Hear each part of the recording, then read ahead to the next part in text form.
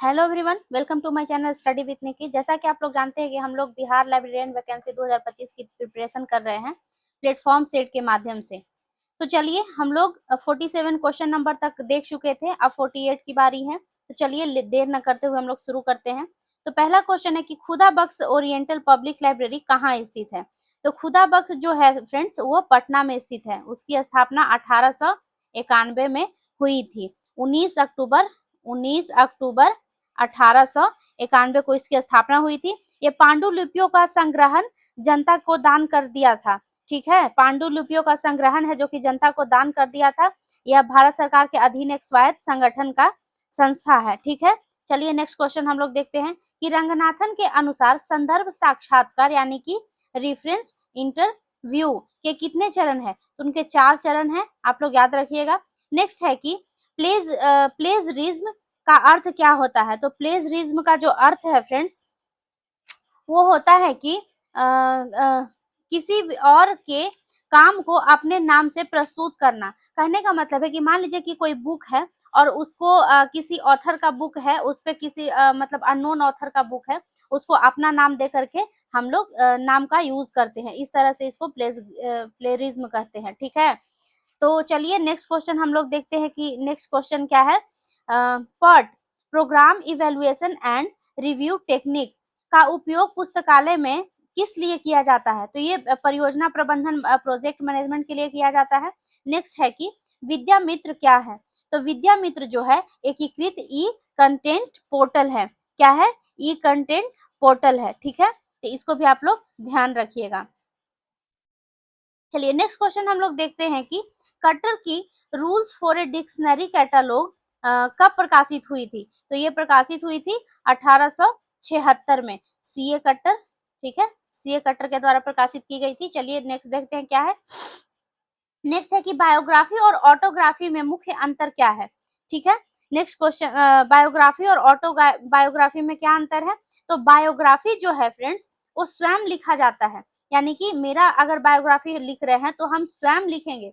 लेकिन auto biography जो होता है कोई और लिखता है, यानी कहने का मतलब कि मेरा जो बायोग्राफी किसी और के द्वारा लिखा जा रहा है, तो उसको ऑटो बायोग्राफी कहते हैं। चलिए नेक्स्ट क्वेश्चन देखते हैं। इंटर लाइब्रेरी लोन किस सिद्धांत पर आधारित है। तो फ्रेंड्स, इंटर लाइब्रेरी लोन जो है वो पुस्तकालय सहयोग और संसाधन सहभागिता पर आधारित है।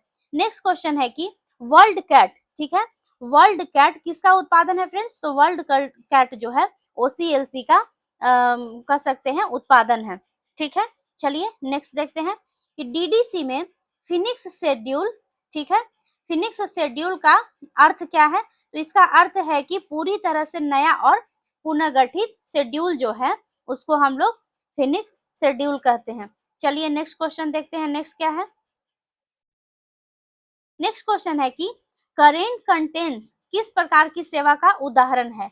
तो करेंट यानी कि आप लोग जानते हैं कि सामयिक जागरूकता सेवा, यानी कि करेंट मीन्स सामयिक जागरूकता सेवा का उदाहरण है। ठीक है, चलिए नेक्स्ट क्वेश्चन हम लोग देखते हैं क्या है।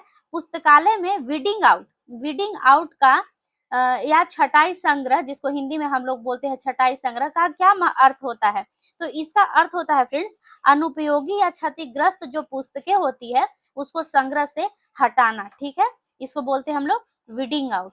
नेक्स्ट है कि ई बुक क्या है। ई बुक क्या है। तो ई बुक जो है एक इलेक्ट्रॉनिक रूप है पुस्तक उपलब्ध कराने का। ठीक है, इसको भी आप लोग ध्यान रखिएगा। नेक्स्ट है कि बुलियन ऑपरेटर्स एंड और नॉट का उपयोग किसमें होता है। तो ये सूचना खोज में बुलियन ऑपरेटर का यूज होता है। ठीक है, इंफॉर्मेशन सर्च करते हैं ना, तो बुलियन ऑपरेटर का यूज किया जाता है। नेक्स्ट क्वेश्चन है कि एफआईडी का पूर्ण रूप क्या था जब इसे भंग किया गया था। तो फ्रेंड्स, एफआईडी की स्थापना मूल रूप से 1895 में हुई थी। ठीक है, 1895 में इसको पॉल आउटलेट और हेनरी ला फॉन्टेन के द्वारा किया गया था। ठीक है, तो उस समय इसकी नाम जो था वो था international federation for information and documentation. ठीक है, चलिए नेक्स्ट क्वेश्चन देखते हैं क्या है। नेक्स्ट है कि सीसी में एंटेरियोराइजिंग कॉमन आइसोलेट, जिसको हम लोग एसीआई के रूप में जानते हैं, का प्रयोग किसके पहल में हुआ था। ठीक है, तो ये जो सीसी में एसीआई का जो प्रयोग हुआ था फ्रेंड्स, ये स्पेस फेसेट के पहल से हुआ था। ठीक है, तो इसको भी आप लोग याद रखिएगा। चलिए नेक्स्ट क्वेश्चन देखते हैं कि भारत में पुस्तकालय विज्ञान का जनक किसे माना जाता है। तो ये बहुत ही इजी क्वेश्चन है, डॉक्टर एस आर रंगनाथन को।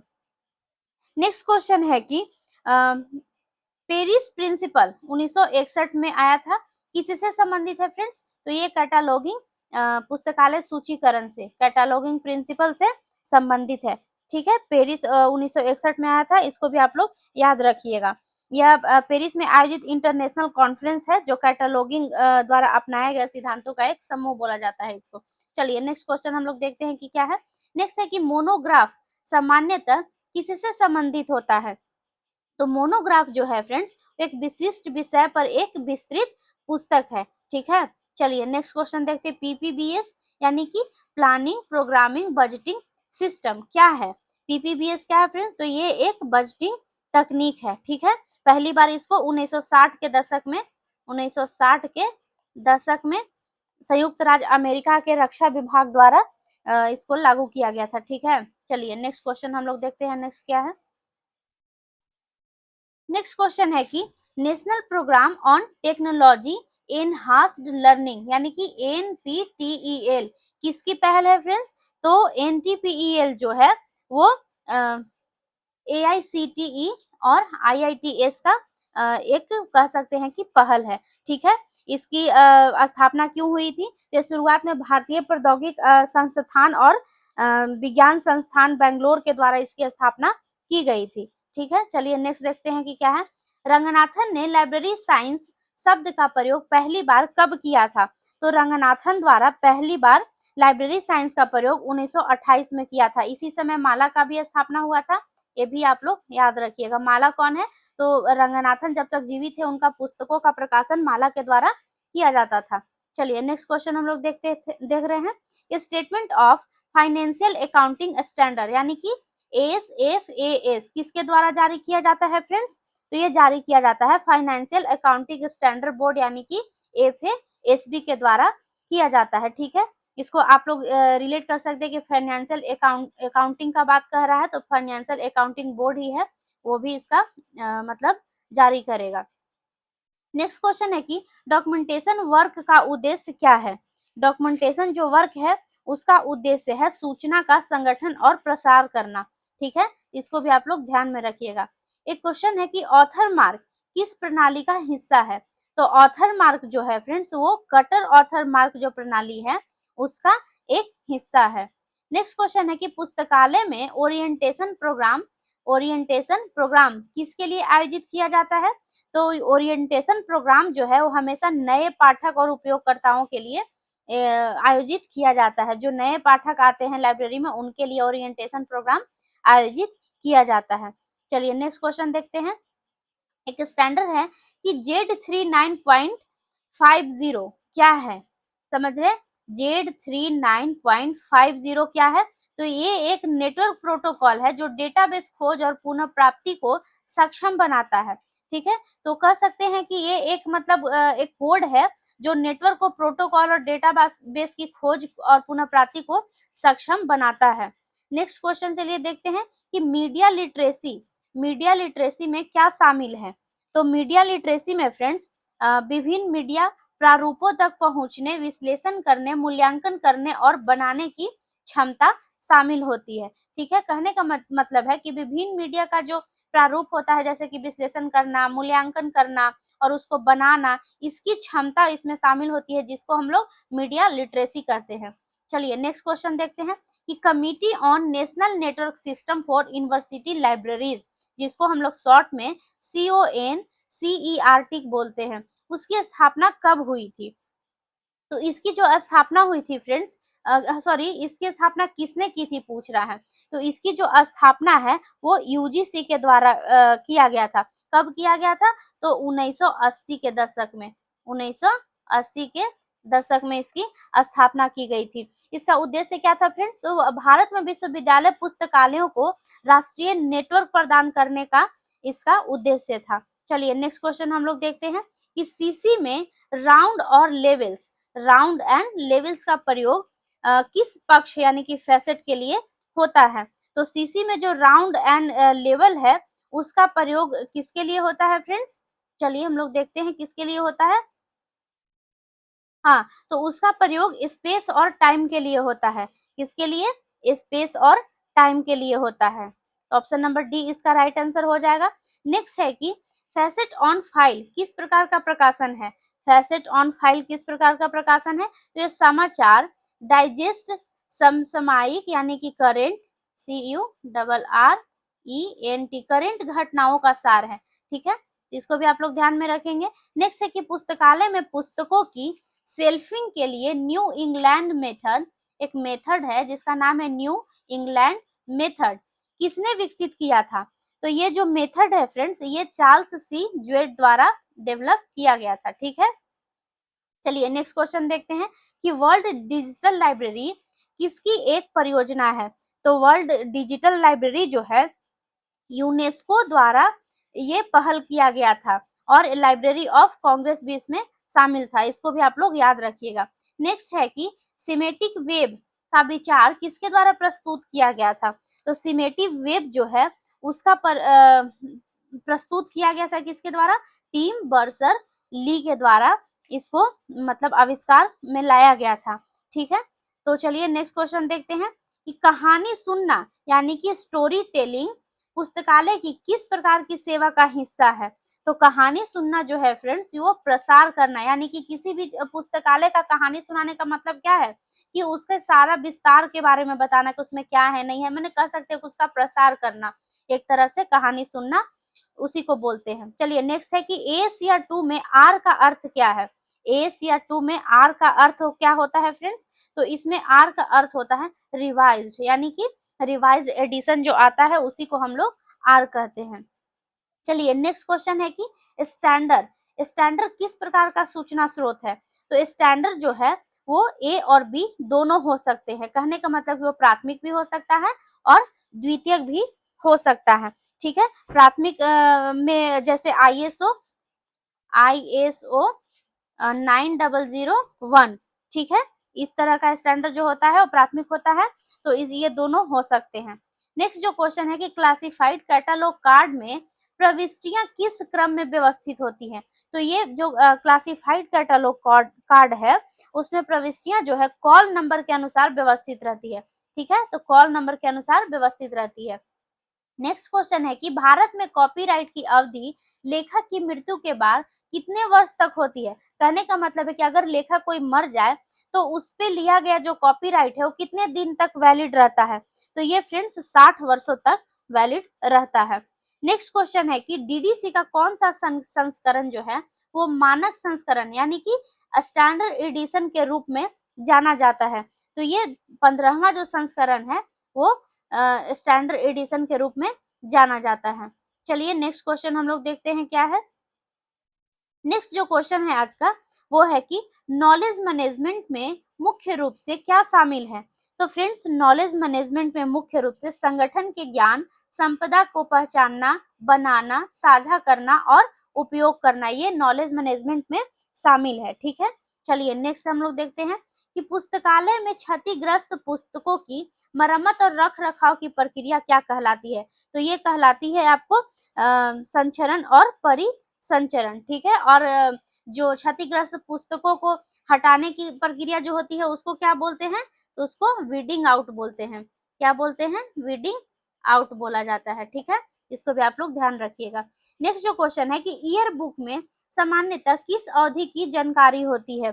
तो फ्रेंड्स ईयर बुक जो है वो सामान्यतः 1 वर्ष की जो जानकारी है उसमें रहती है। चलिए नेक्स्ट क्वेश्चन देखते हैं कि क्या है। नेक्स्ट है कि defence scientific information and documentation centre, जिसको हम लोग DESIDOC बोलते हैं, तो इसका संगठन का जो संबंध है वो किससे है ये पूछ रहा है। तो इसका संगठन का संबंध है DRDO से। ठीक है, किससे संबंधित है? तो DRDO से। चलिए नेक्स्ट क्वेश्चन, ये भारत सरकार के रक्षा मंत्रालय के अधीन आता है, इसको आप लोग याद रखिएगा। चलिए नेक्स्ट क्वेश्चन है कि सीसी के छठे संस्करण में कितनी मौलिक श्रेणियां यानी कि फंडामेंटल कैटेगरी है? तो जो सीसी के छठे संस्करण आए थे उसमें सारे में जिसमें भी मतलब फंडामेंटल कैटेगरीज हैं वो 5 ही फंडामेंटल कैटेगरीज मानी गई हैं, जिसको हम लोग पमेस्ट के रूप में जानते हैं।